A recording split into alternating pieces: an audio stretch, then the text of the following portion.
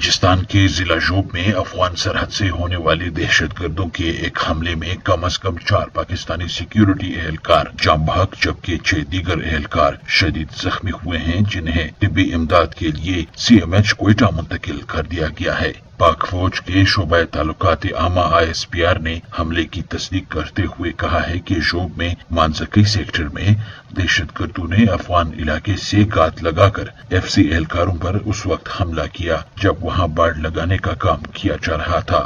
حملہ ور واردات کے بعد فرار ہو گئے ہیں۔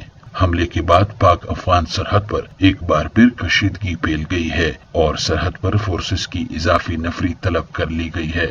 پاک افغان سرحد پر باڑ لگانے کے خلاف افغان سیکیورٹی فورسز کی جانب سے پہلے بھی سخت رد عمل سامنے آتا رہا ہے۔